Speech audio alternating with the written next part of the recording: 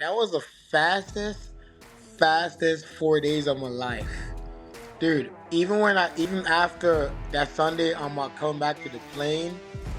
I'm like, what happened?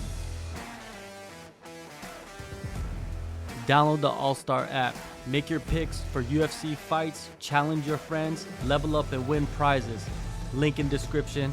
Get it now. Let's talk about 2023 first, man. You got signed by the UFC.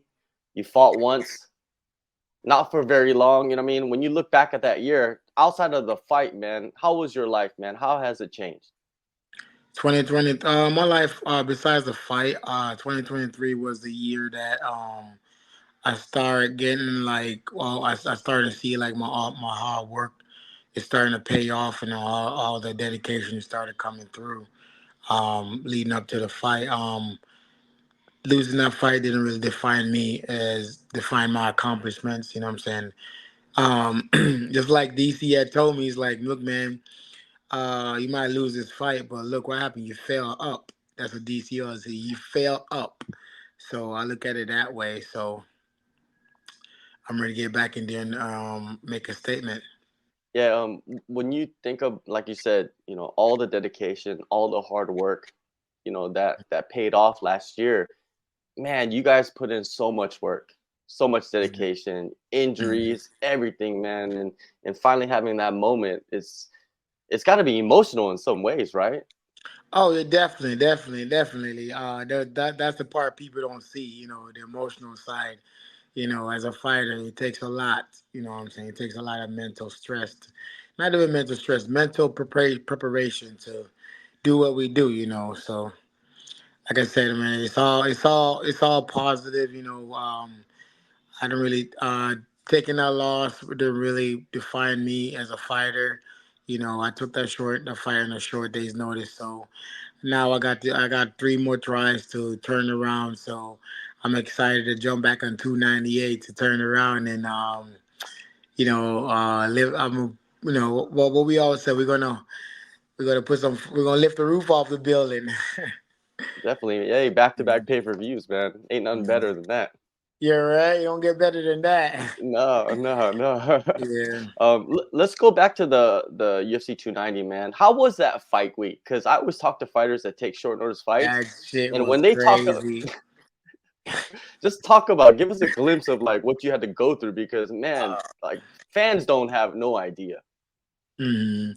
Yeah, they really don't. We just man, like I said, that day when I got called, what I'm saying, it was a Tuesday. Next thing you know, I was that was the fastest 4 days of my life, dude. Even after that Sunday, I'm coming back to the plane.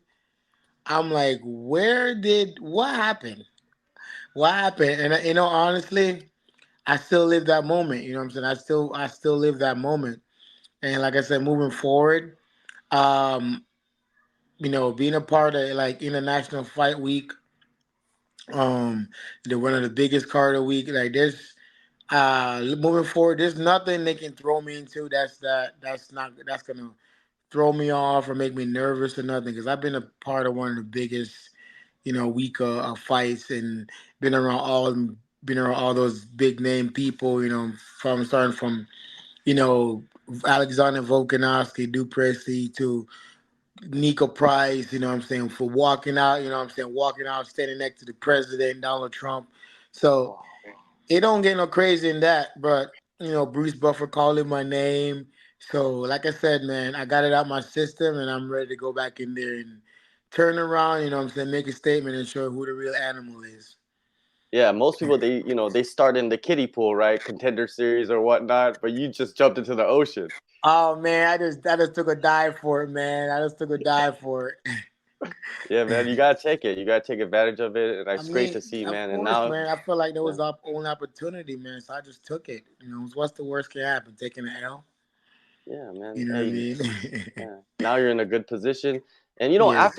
after that fight, after international fight, when you get back home, was your plan to just wait until 2024 to fight again, or what was going on in that time? Well, taking a fight on a short day's notice at 85 was a big eye opener. You know what I'm saying? So I took that time off to evaluate myself, evaluate the division. I'm like, 185 is not for me moving forward. You know what I'm saying? I think 185 was a disadvantage for me at that moving forward. So that's why I took that time. That's why I took so long to return because we're trying to figure out what was best for me. So I landed at welterweight, and I feel better at this time. Feel faster, quicker, more endurance. So I feel like welterweight is home for me. So that's why I took so long to make my return because we wanted to make the right decision and end up going to the right weight class. You know what I'm saying, and did what's best for my career moving forward. Yeah, I noticed that Mhm. you've never fought at welterweight. You fought at light heavyweight before. I I know in started the at beach. heavyweight. I started Yeah, at heavyweight. heavyweight. Yeah, light heavyweight, they 185. So this Yeah, is my debut to welterweight. So I'm really excited. I'm really excited to jump back in there and what I'm saying, put on a show and what I'm saying, have some fun. for sure. Did you try some test cuts, or are you just following like a protocol to get your weight down at a good rate? Oh yeah, I went to I actually did two appointments at the UFC PI where they went ahead and tested me and then I had to get on this diet, what I'm saying, to see if my body can make welterweight and still perform at a high level. So that's what we did. I had two trips at the UFC PI. The first one didn't went that well, so I went back and really dialed in and what I'm saying, got really strict on the diet, what I'm saying, because this is my career. This is part of being a professional athlete. You got to make sacrifices and dedication, and that's what I went back and did. So hopefully, and it pays off in the 17. Do you actually feel like a professional athlete now? Because you do have something like the PI that they could help you with all this stuff. Yeah, I feel like a professional athlete, because on the regional scene, we're just jumping in there, what I'm saying. All we did was cut weight, what I'm saying. We just cut weight, jump put on a bag, what I'm saying, starve ourselves and cut weight, what I'm saying. But it doesn't work like that when you're on this level, what I'm saying. They're not gonna just throw you in there knowing you're gonna be not performing the level that your body is capable of. So they made sure that was one of the main thing, and we target the weak spots, and then gave me all the results. And I came back and work at it, excel at it. Went back and take the VO2, the total tests, and they got me on a diet. They got me on the calorie counts and all that stuff, and then.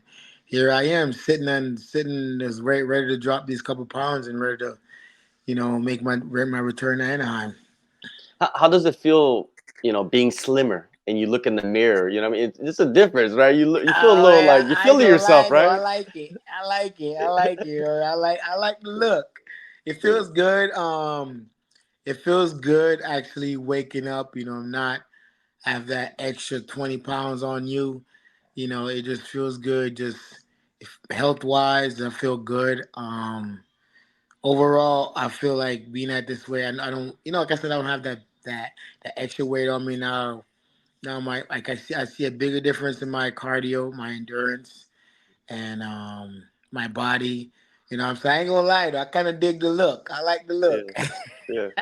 Yeah, fighters they get to a certain point of the camp where it's like they don't have a shirt no more. Like they don't wear a shirt anymore. There's just like Nah, no we don't need shirt. a shirt, man. You know what I'm saying? Yeah, We got to display our hard work. exactly, man. Mm. UFC 298, man. Oban Elliott. Get your thoughts on him and the fighting style. I think the fighting style. I think we're pretty even. The fighting styles do match up. It's a great matchup. Like I said, on this level, it don't. What I'm saying, everybody's good. What I'm saying. So we're gonna have to fight regardless. I think it's a good matchup.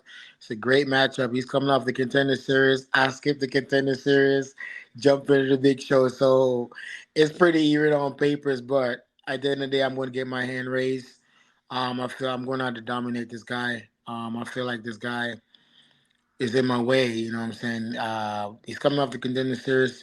What I'm saying? He already got a taste of what it's like to win on that level. What I'm saying? In front of Dana White and all that stuff.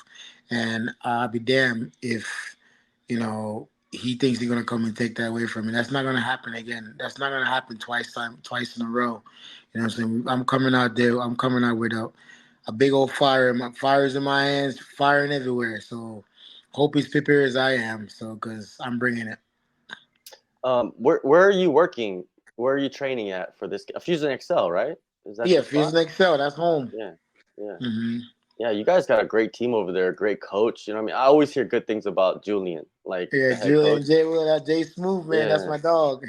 yeah. Like he's one of the nicest, kindest. Like he's taken fighters in from like Brazil. They showed up, man. He's like he doesn't get enough credit, I think, in the MMA world for what he's done. You know what I mean?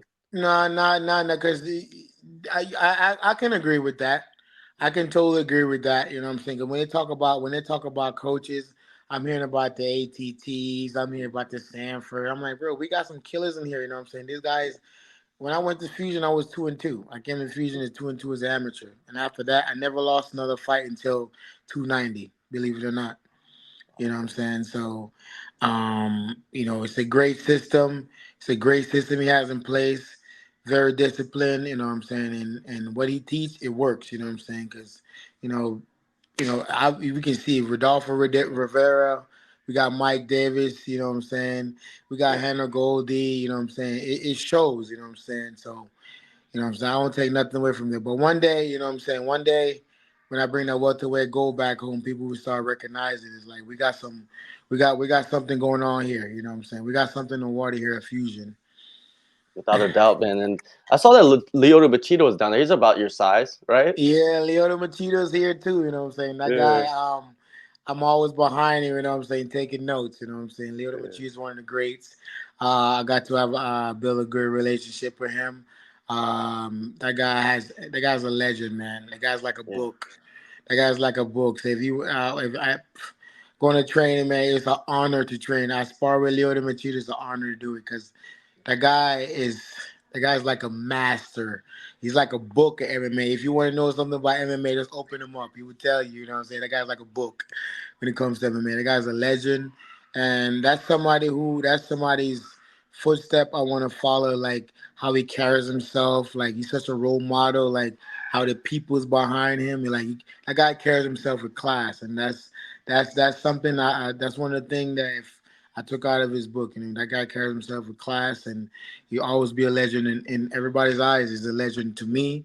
You know what I'm saying? The guy's a great teammate, great supporter. You know what I'm saying? Anything you need, Leota would not hesitate to show you. You know what I'm saying? Because he knows. Thing is, he's sparring with Leota. He already knows what you're gonna do before you throw it. That's Yeah. not every fighter can do that. Even when they're at legends, you know what I'm saying? It's just so many few fighters can do that. Yeah, it's almost like having another coach in the room Yes, yes, while yes. you're sparring, right? If Leota wants to right now, he can open up his own academy if he wants to. Literally, he can if he wants to right now, he can open up his own school and be just as effective with his students competing. That's how good the guy is. That's how great the guy is. And Hmm. who are the other bodies that you have? Because I'm pretty sure there's guys we never heard of that you train with. You Hmm. know what I mean in the gym that Uh, they're helping yeah, you. yeah. Coming during this camp, we had a few guys that's similar size to Oban. So we got my brother Jeremiah McDougal. He was one of my main sparring partners. Mike Davis. We got my brother Nick McCarty. Um, who else? We had Phil Rowe. You know what I'm saying? We are all them big names came in and you know what I'm saying, just give me a touch of the knowledge. You know what I'm saying, and give me that work and helping me get prepared for uh this battle that I got coming up with Oban. Yeah, man, you got a good little gym Yeah, we family got a going on squad there. down here, man. We got a Yeah, squad down yeah, here. yeah. Yeah. You do, you do. Mhm. Man, what do you want to show in this fight, man? Like, you want to bounce back the best you Mhm. can.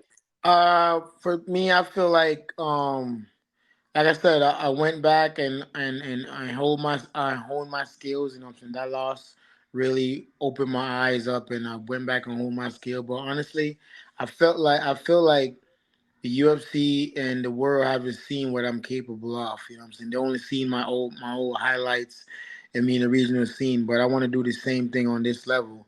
You know what I'm saying? I'm just focusing on going out and performing. You know what I'm saying? When I'm not focusing on, you know, if I'm gonna win, if I'm gonna lose. Like it's MMA in the day, but I'm gonna win this fight. But I'm more focusing on my skills and my technique and my everything as a fighter, to be well rounded as a fighter, well focused on what I need to focus on to get me prepared for that fight. You know what I'm saying? I'm focusing on my skills and my boxing, my wrestling, my jiu-jitsu. You know what I'm saying? I know what type of style you bring, but at the end of the day, I have to focus on me and focus on getting better, as a martial artist moving forward. So, mhm. There you go, man. February 17th, UFC 298. It's gonna be a banger, man. Val, thank you Yes, so much, man, for yes, taking the sir. time and good vibes, man, and all the best in the fight. No problem, man. I appreciate you calling me, man. Sorry for the technical difficulties, man. It's all good, man.